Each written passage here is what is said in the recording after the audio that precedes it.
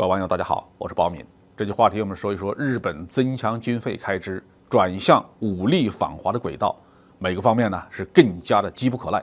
1月13号，日本首相岸田文雄访问华盛顿，会见了美国总统拜登，双方商谈的核心话题就是日本如何增加军费开支，更加深入扎实的反华。日本在最近发布的国家安全战略中表示，不能排除印太地区，特别是东亚地区未来可能出现严重局势的可能性。虽然没有指名道姓，但谁都不是傻子。日本大规模的增加军费，研发进攻性的武器，主要针对的对象首先是中国，其次就是朝鲜。美国人已经急不可耐了。美国企业研究所的研究员库珀表示，日本和美国显然应该准备在印太地区开战。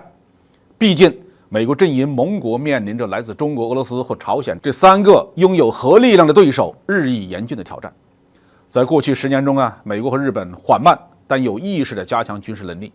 面对新的不确定性，有必要采取更有力的应对措施。在诸多盟友中美国对日本是非常重视的，这不仅仅是因为日本是美国在亚洲地区最可靠的支撑点，还因为日本本身的国力强劲。其实在美国的所有盟国当中，战争潜力最强的不是英法，而是日本。按照库珀的评论日本是世界第3大经济体，近年来一直在逐步的增加国防开支，并且在安倍的领导下大踏步的实现与美国的军事同盟现代化。日本也是美国驻军最多的国家，日本一直在战略问题上紧跟美国，从制裁俄罗斯、援助乌克兰到参加对华芯片技术的禁运，以及支持拜登政府的印太经济框架。冷战期间，美国和日本同盟的重点任务是防御。面对强大的北极熊，日本一直很担心熊爪登临北海道，进而进攻或占领本州。30年前，日本人九流岛隆夫的作品《明斯克号》出击，很多人还有印象。苏联解体以后对日本的威胁下降，美国希望借机把日本拉入反华的轨道。但是当时的日本从政府到民间，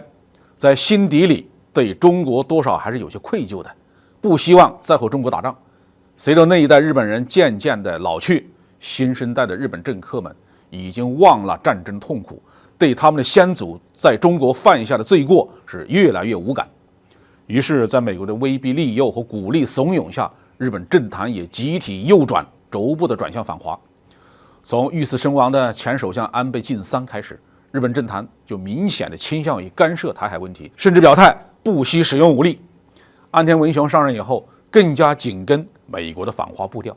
外媒因此评论说，岸田对美国的访问标志着美日联盟发生了重大变化，几十年来两国第一次认真准备应对在短期内发生重大冲突的可能性。我们曾经分析过，在西太平洋的美国盟友当中，日本是唯一积极主动反华的，也是立场最顽固的。但是这并不意味着日本打算去做下一个乌克兰呢。长期以来，日本一直是躲在美军的身后，完全没有冲上第一线的意图。为此美国人抱怨说，日本对冲突的准备迄今落后于美国的其他的顶级盟友。在20世纪的每一场重大冲突中，澳大利亚都出兵帮助美国。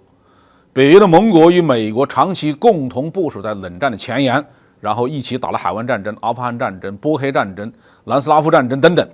如今又一起军援乌克兰。相比之下日本就好像是个打酱油的。所以身处东亚的日本，面对东亚的问题，是不是应该积极主动一些呢？正因为如此，美国正在安排日本推动3大变革。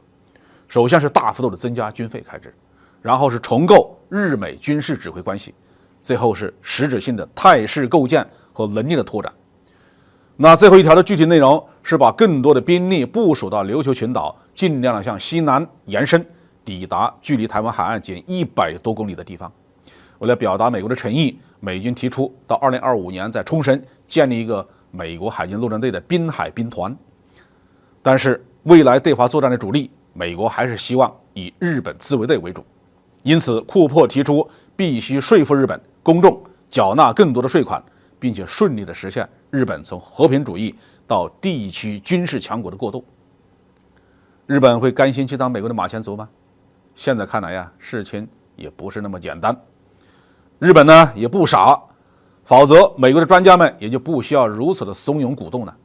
根据报道啊，日本打算把海岸警卫队这一类的准军事力量的预算都归类到军费开支里面。日本还启动了5代机之类的远期研发计划，这个没有10年以上的功夫，不可能看到型号的首飞。